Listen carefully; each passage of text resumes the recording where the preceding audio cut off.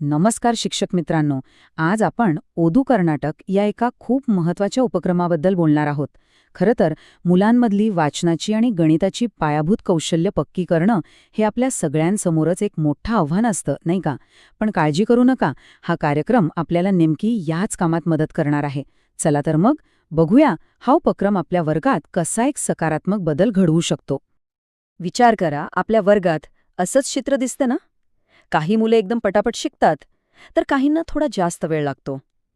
मग प्रश्न पडतो की प्रत्येकाकडे वैयक्तिक लक्ष द्यायचं तरी कसं? तर ओधू कर्नाटक हा कार्यक्रम आपल्या याच मोठ्या प्रश्नावर एक खूप प्रभावी उत्तर घेऊन आला आहे. बरं, मग आज आपण काय काय जाणून घेणार आहोत? आपण सुरुवात करू ओधू कर्नाटकच्या ओळखीने. मग त्याची उद्दिष्टे काय आहेत ते बघू, मुलांचं मूल्यांकन करून गट कसे बनवायचे हे समजून घेऊ, वर्गात कोणत्या कृती करायच्या, यात आपली म्हणजे शिक्षकांची भूमिका काय असेल आणि शेवटी या सगळ्याचा फायदा काय होणार आहे, या सगळ्या मुद्द्यांवर आपण सविस्तर बोलूया. चला तर मग सुरू करूया.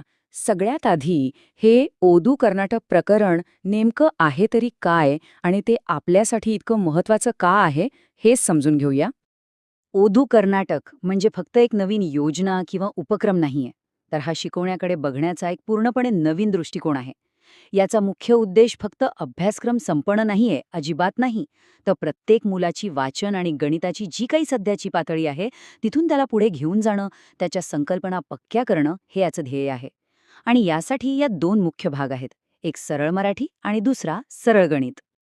ह्या संपूर्ण कार्यक्रमाचं जे मूळ तत्व आहे, जे त्याचं हृदय आहे, ते म्हणजे योग्य स्तरावर शिकवणे. आता याचा सोपा अर्थ काय?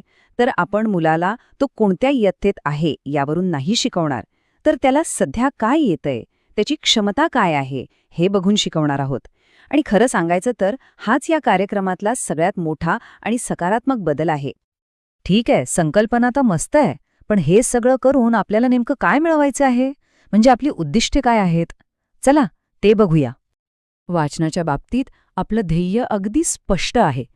प्रत्येक मुलाला एक साधी गोष्ट वाचता आली पाहिजे, ती त्याला समजली पाहिजे आणि त्यावर तो स्वतःचे विचार मांडू शकला पाहिजे. आणि गणितामध्ये संख्या ओळखण्यापासून ते बेरीज, वजाबाकी, गुणाकार, भागाकार यांसारख्या मूलभूत क्रिया त्याला अगदी सहज करता यायला हव्यात. विचार करा, ही कौशल्य मुलांमध्ये किती आत्मविश्वास निर्माण करतील? आता येतो सगळ्यात महत्त्वाचा भाग.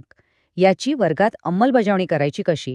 तर पहिली आणि सगळ्यात महत्त्वाची पायरी आहे मुलांचं मूल्यमापन करणं आणि त्यावरून त्यांचे गट तयार करणं. मुलाची वाचन पातळी ओळखण्याची प्रक्रिया खूप सोपी आहे आणि ती आपल्याला टप्प्याटप्प्याने करायची आहे. सुरुवात करा एका सोप्या गोष्टीने. मुलाला गोष्ट वाचता आली नाही, काहीच हरकत नाही. पुढचा टप्पा आहे एक छोटा उतारा. तोही नाही जमला, मग काही सोपे शब्द वाचायला द्या. शब्दही ओळखता येत नसतील तर फक्त अक्षर ओळखायला सांगा. आणि ज्यांना अक्षरही ओळखता येत नाहीत ते झाले आपले प्रारंभिक स्तरावरील विद्यार्थी. किती सोपं आहे बघा. तर या सोप्या मूल्यमापनानंतर आपल्या वर्गात आपल्याला 3 स्पष्ट गट मिळतील.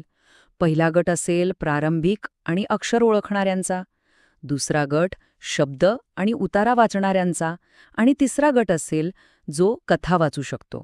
आणि एकदा हे गट तयार झाले की आपलं काम खूप सोपं होतं, कारण मग आपल्याला प्रत्येक गटाच्या गरजेनुसार शिकवता येतं. गणिताचं मूल्यांकनही अगदी असंच सरळ आणि सोपं आहे. आपण फक्त 2 गोष्टी तपासणार आहोत, एक म्हणजे संख्या ओळख आणि दुसरं म्हणजे मूलभूत क्रिया. आणि इथे एक गोष्ट सगळ्यांनी लक्ष ठेवायची आहे, मुलाला जिथे अडचण यायला सुरुवात होते तोच त्याचा शिकण्याचा स्तर असतो. आपल्याला बरोबर तिथूनच त्याला शिकवायला सुरुवात करायची आहे. ओके, चला आता मुलांचे गट तयार झाले आहेत. मग वर्गात रोजची तासिका घ्यायची कशी, कोणत्या कृती करायच्या, चला आता ते बघूया. आपल्या तासिकेची रचना खूपच रंजक आहे. बघा, सुरुवातीची साधारण 30 मिनिटं सगळी मुलं मोठा गट म्हणून एकत्र काम करतील. इथे आपण गाणी, गोष्टी, गप्पा गोष्टी अशा सगळ्या आनंददायी कृती करणार आहोत. आणि त्यानंतरची 30 मिनिटं मुलं आपापल्या लहान गटांमध्ये जातील आणि त्यांच्या त्यांच्या पातळीनुसार वाचन आणि गणिताचा सराव करतील. म्हणजे मजा पण आणि अभ्यास पण. आता या कार्यक्रमाच्या यशासाठी वर्गातल्या काही छोट्या पण महत्त्वाच्या गोष्टी आहेत. जसं की मुलांना शक्यतो गोलाकार किंवा यू आकारात बसवा, म्हणजे आपलं लक्ष प्रत्येकाकडे जाईल. शैक्षणिक साहित्य मुलांना स्वतः हाताळू द्या, त्याने ते जास्त आणि लवकर शिकतात. आणि हो, सगळ्यात महत्त्वाचं, भाषा आणि गणितासाठी दररोज कमीत कमी 1-1 तास तरी द्यायलाच हवा. इथे बघा, भाषेच्या आठवड्याच्या नियोजनाचा एक किती छान नमुना दिला आहे. यात गोष्टींपासून ते सादरीकरणापर्यंत प्रत्येक दिवसाची कृती ठरलेली दिसते. अशा पद्धतशीर नियोजनामुळे काय होतं तर मुलांची प्रगती खूप वेगाने होते आणि शिकण्याची प्रक्रिया त्यांना ओझं वाटत नाही, उलट रंजक वाटते. हा कार्यक्रम यशस्वी करण्यात सगळ्यात मोठी आणि महत्त्वाची भूमिका आहे आपली, शिक्षकांची. पण इथे आपली नेहमीची भूमिका थोडी बदलणार आहे. आपण फक्त फळ्यासमोर उभे राहून शिकवणारे शिक्षक नाही, तर मुलांच्या शिकण्याच्या प्रवासात त्यांना मदत करणारे, मार्गदर्शक किंवा सुलभक बनणार आहोत. तर ह्या आपल्या नवीन भूमिकेत 4 महत्त्वाचे पैलू आहेत. 1. आपण सुलभक म्हणून मुलांच्या गटात बसून त्यांना शिकवू. 2. निरीक्षक म्हणून ते कृती करत असताना त्यांच्यावर लक्ष ठेवू आणि गरज असेल तिथे मदत करू. 3. प्रोत्साहक म्हणून त्यांच्या प्रत्येक छोट्याशा प्रगतीचंही कौतुक करू. आणि 4. मूल्यांकनकर्ता म्हणून त्यांच्या प्रगतीची नियमितपणे नोंद ठेवू. बरं, आता आपण ह्या सगळ्या प्रवासाच्या जवळपास शेवटच्या टप्प्यावर आलो आहोत. एवढी सगळी मेहनत घेतल्यानंतर आपल्या वर्गात आणि मुलांमध्ये कोणते सकारात्मक बदल दिसतील हे बघणं महत्त्वाचं आहे, नाही का? याचे परिणाम नक्कीच खूप उत्साह वाढवणारे आहेत. भाषेमध्ये अगदी सुरुवातीच्या पातळीवरची मुलंही शब्द आणि उतारा वाचायला लागतील आणि महत्त्वाचं म्हणजे ती आत्मविश्वासाने बोलायला लागतील. गणितामध्ये जवळजवळ 90% मुलं संख्या अचूक ओळखायला शिकतील. आणि या सगळ्याचा सर्वात मोठा परिणाम काय होईल माहितीये? मुलांची शाळेतली उपस्थिती वाढेल आणि त्यांना अभ्यासात गोडी वाटू लागेल. तर मग चला, आपण सगळे मिळून एक संकल्प करूया. आपल्या शाळेतलं प्रत्येक मूल हे आत्मविश्वासाने वाचायला शिकेल आणि गणितातही पक्क होईल. फक्त एकच गोष्ट लक्षात ठेवूया. ओदू कर्नाटक म्हणजे मुलाच्या योग्य स्तरावर जाऊन त्याला शिकवणं. मुलाची आजची पातळी प्रेमाने स्वीकारा आणि तिथून त्याला आत्मविश्वासाने पुढे घेऊन जा. आपल्या या महत्त्वपूर्ण कार्यासाठी लाईक करा, खूप खूप शेअर शुभेच्छा. करा आणि धन्यवाद. सबस्क्राईब